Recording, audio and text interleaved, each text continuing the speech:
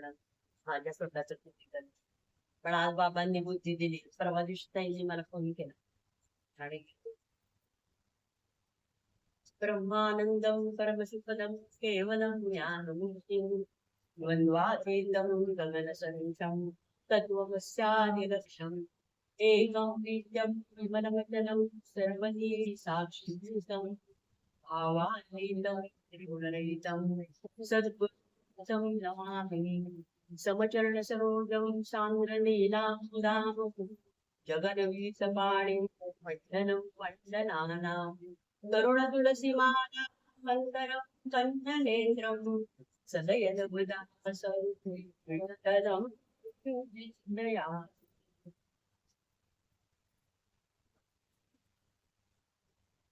देखणे ते चेहरे जे प्रांजळांचे आरसे गोरटेंनी सावळे या मोल नाही कारसे देखणी ती पाऊले जी ध्यास पंथे चालती वाळवटातून कथा स्वस्ती पद्मे रेखिती देखणे ते हात ज्यांना निर्मितीचे डोहाळे मंगलाने गंधलेले सुंदराचे सोहडे देखणी जी जीवने जी तृप्तीची तीर्थोदके चांदणे ज्यातून वाहे शुद्ध पाऱ्यासारख देखणा देहांत जोतो सागरी सूर्यास्तसा अग्नीची पेरून जातो रात्र गर्भी वारसा कविवर्य बाभवळकर यांची सुमनांजली मी बाबांना समर्पित करते.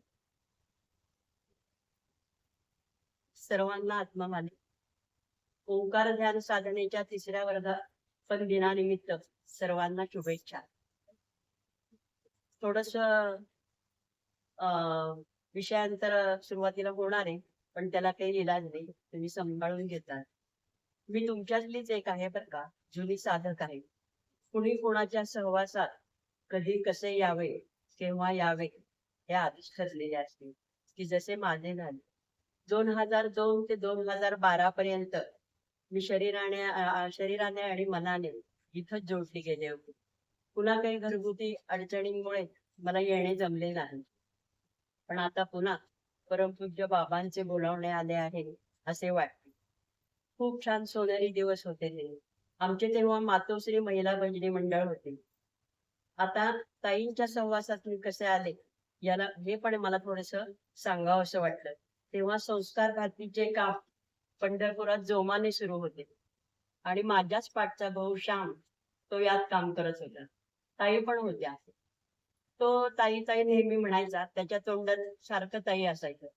पण कसं असतं, माझं मन मला वाटायचं ह्याची ताई मी आहे, हा कोणाला ताई म्हणतोय. त्याला कधी मी विचारले नाही. आणि मग नंतर आपल्या गावात नगर वाचन मंदिर आहे त्याच्यावर कार्यकारिणी सदस्य म्हणून सौ शुभांगीताई व सौ नयनाताई भोपटकर यांची नियुक्ती झाली. आमचे हे पण त्याच्यात होते. एका कार्यक्रमात माझी व ताईंची ओझरती भेट झाली. नंतर मला भजन जॉईन करायचे होते म्हणून आमच्या भेडारी वहिनी होत्या, त्या मला म्हणल्या ये की घराजवळच आहे तुला, शुभांगीताई मनमाडकर म्हणून आहेत, त्या शिकवतात. मग मी यायला लागले आणि पुढे त्यांची लहानबहीण कधी झाले हे मला समजले. तिथून आज 25 वर्ष झाली मी त्यांच्या सहवासात आहे. त्यांनी आम्हाला टाळ शिकवले, सांप्रदायिक भजन कसे म्हणायचे ते शिकवले. गावात किती भजनी मंडळे आहेत मला माहिती नाही, पण तेव्हा आमचे भजन 1 नंबरवर होते. बाहेर गावी पण आम्ही भजनाला नेहमी जात होतो. परमपूज्य बाबा 2-3 वेळा पंढरपूरला आले. खूप मोठा सत्संग झाला. तेव्हा त्या सगळा कार्यक्रम आम्ही यशस्वी होण्यासाठी आमचा हिरहिरीने पुढाकार होता. पुन्हा कोकमठाणला जाऊन मी अनुग्रहित पण होऊन आले. स्वतः बाबांनी आम्हाला अनुग्रह दिला. हे अविस्मरणीय आहे. पुन्हा सहवासाचीच गोष्ट येते. मंदिर समितीचे अध्यक्ष म्हणून ऍडव्होकेट शशिकांत पागे यांची नियुक्ती इथे झाली. 10 वर्ष ते मंदिर समितीचे अध्यक्ष होते. या दरम्यान आमचा त्यांचा खूप परिचय झाला आणि त्यांचे आणि आमचे संबंध खूप जवळून आले. कसे ते समजले. पागे साहेब नेहमी नारायणपूरला जात असत.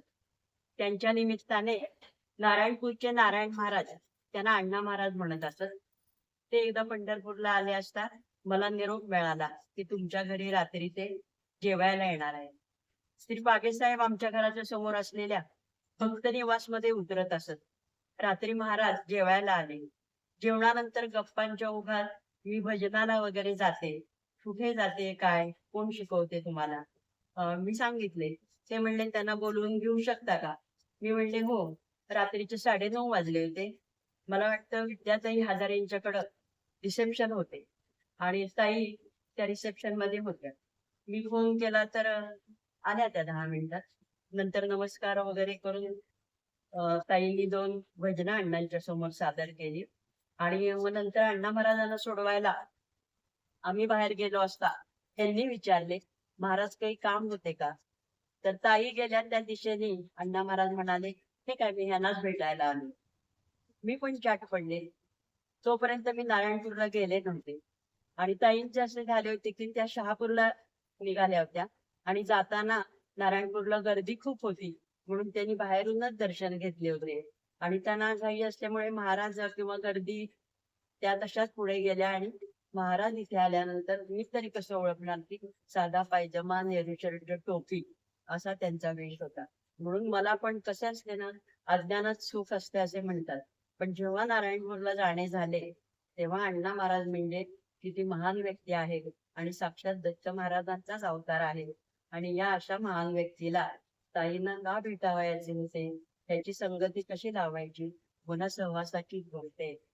पुढे नारायण महाराज पुढे आम्ही नारायणपूरला गेलो. आमचं भजनी मंडळ सगळं आम्ही जाऊन आलो, त्यांचा आशीर्वाद घेऊन आलो. तर या अशा महान व्यक्तींच्या सहवासामध्ये आपण कसे जाऊ शकतो हे त्याचे उदाहरण. आजचा दिवस आपल्या सर्वांसाठी खूपच आनंदाचा आणि कृतज्ञतेचा आहे. आपल्या ओंकार ध्यान साधनेला 3 वर्ष पूर्ण होऊन 4थं वर्ष लागले. या पवित्र अशा प्रवासात प्रत्यक्ष किंवा अप्रत्यक्षपणे ज्यांनी योगदान दिले त्या सर्वांना मनपूर्वक नमस्कार. 3 वर्ष हा केवळ कालावधी नाही. ही 3 वर्ष आहेत श्रद्धेची, भक्तीची, साधनेची, प्रेमाची आणि सेवाभावाची.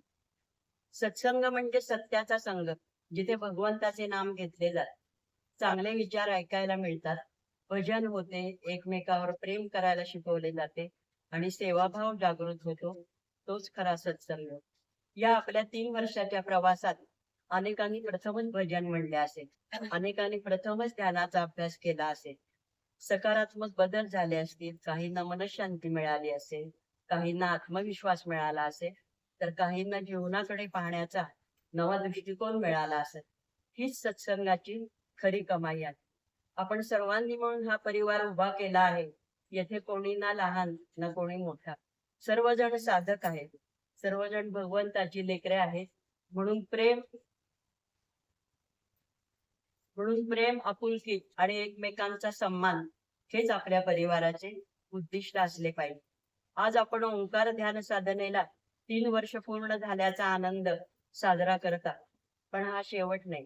ही एका नव्या मोठ्या आध्यात्मिक प्रवासाची सुरुवात आहे.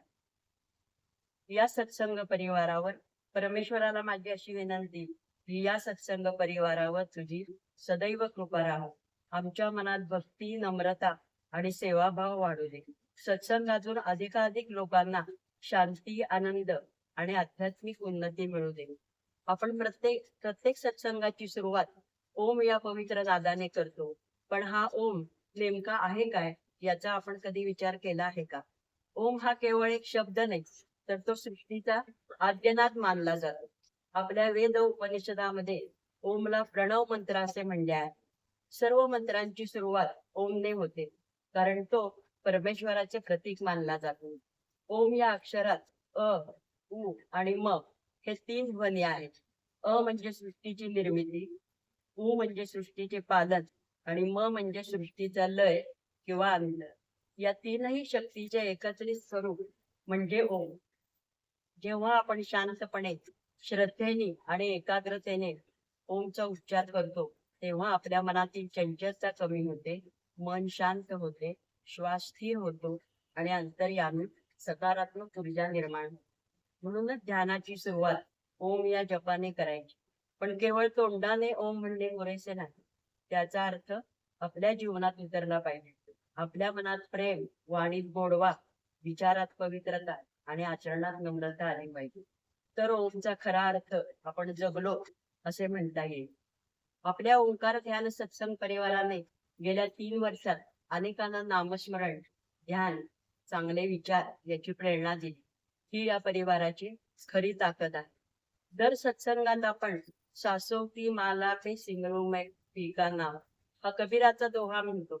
आपण रोज माळ घेतो, जप करतो, भजन म्हणतो, पण संत कबीर सांगतात की ही माळ आपल्या हातात नसून श्वासात असली पाहिजे आणि प्रत्येक श्वासासोबत परमेश्वराचे स्मरण झाले पाहिजे, तर संपूर्ण जीवनच साधना बनेल. हातातील माळ कधीतरी संपेल, पण श्वासाची माळ मात्र आयुष्यभर चालू राहील. हा दोहा ओंकार ध्यान साधना या विषयाशी अतिशय समर्पक आहे. कारण ध्यानातही श्वास, एकाग्रता आणि अखंड ईश्वर स्मरण यांना विशेष महत्व दिले जाते. शेवटी मी एवढेच म्हणेन की सत्संग हा वेळ घालवण्याचा कार्यक्रम नाही, तर जीवन घडवण्याचा संस्कार आहे. ओंकार हा केवळ उच्चार नाही, तर अंतर्मनाला परमेश्वराशी जोडणारा पवित्र नाद आहे. प्रत्येक कृतीत सेवा, प्रत्येक हृदयात प्रेम असेल तर आणि प्रत्येक श्वासात नाम असेल तर आपले संपूर्ण जीवन साधना बनेल.